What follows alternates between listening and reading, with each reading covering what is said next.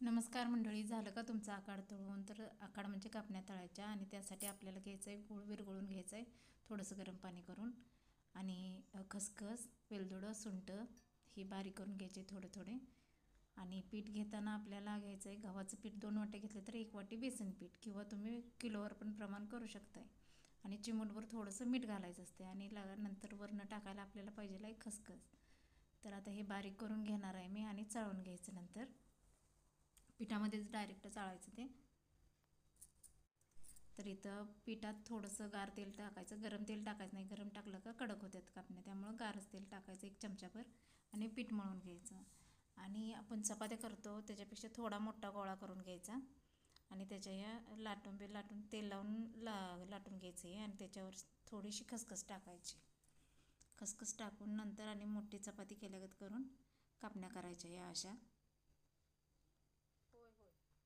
तर बघा कशा तळल्यात, छान अशा झाल्यात. तर माझ्या एवढ्या झाल्यात करून, आणि अजून करायचे आहेत. तर या खायला मंडळी कापण्या.